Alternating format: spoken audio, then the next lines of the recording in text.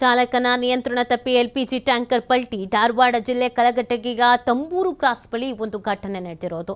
ಮಂಗಳೂರಿನಿಂದ ಬೆಳಗಾವಿಗೆ ಹೋಗ್ತಾ ಇದ್ದಂಥ ಟ್ಯಾಂಕರ್ ಇದು. ಸುಮಾರು 30 ಟನ್ಗೂ ಹೆಚ್ಚು ಎಲ್ಪಿಜಿ ಇದ್ದಂಥ ಟ್ಯಾಂಕರ್ ಪಲ್ಟಿ ಆಗ್ತಾ ಇದ್ದಂತೆ ಲೀಕ್ ಆಗಿಬಿಟ್ಟಿದೆ ಗ್ಯಾಸ್. ಕಲಘಟಗಿ ಯಲ್ಲಾಪುರ ಮಾರ್ಗದಲ್ಲಿ ವಾಹನ ಸಂಚಾರ ಬಂದ್ ಆಗಿದೆ. ರಾಷ್ಟ್ರೀಯ ಹೆದ್ದಾರಿ 63ರಲ್ಲಿ ವಾಹನ ಸಂಚಾರ ಸ್ಥಗಿತ ಆಗಿರೋದು. ಬೇರೆ ಟ್ಯಾಂಕರ್ಗೆ ಸಿಬ್ಬಂದಿಯಿಂದ ಎಲ್ಪಿಜಿಯನ್ನು ಶಿಫ್ಟ್ ಮಾಡಲಾಗಿದೆ. ಸ್ಥಳದಲ್ಲೇ ಬೀಡು ಬಿಟ್ಟಿರುವಂಥ ಕಲಘಟಗಿ ಪೊಲೀಸರು. ಮಂಗಳೂರಿನಿಂದ ಬೆಳಗಾವಿಗೆ ಹೋಗ್ತಾ ಇತ್ತಂತೆ 330 ಟನ್ಗೂ ಹೆಚ್ಚು ಎಲ್ಪಿಜಿ ಇದ್ದಂಥ ಟ್ಯಾಂಕರ್ಗಿದ್ದು. ಟ್ಯಾಂಕರ್ ಪಲ್ಟಿ ಆಗ್ತಾ ಇದ್ದಂತೆ ಗ್ಯಾಸ್ ಲೀಕ್ ಆಗಿಬಿಟ್ಟಿದೆ. ಸೊ ಇದೀಗ ಆ ಸ್ಥಳ ಬಿಟ್ಟು ಬೇರೆ ಕಡೆಯಿಂದ ಸಂಚರಿಸೋದಕ್ಕೆ ಅಂತ ವ್ಯವಸ್ಥೆ ಮಾಡಿದ್ದಾರೆ. ರಾಷ್ಟ್ರೀಯ ಹೆದ್ದಾರಿ 63 ಆಗಿರೋದ್ರಿಂದ ಸಹಜವಾಗಿ ವಾಹನಗಳೆಲ್ಲ ಓಡಾಡ್ತಾನೆ ಇರುತ್ತೆ. ಬಟ್ ತೊಂದರೆ ಬೇಡ, ರಿಸ್ಕ್ ತೆಗೆದುಕೊಳ್ಳೋದು ಬೇಡ ಅಂತ ಅಲರ್ಟ್ ಆಗಿದ್ದಾರೆ.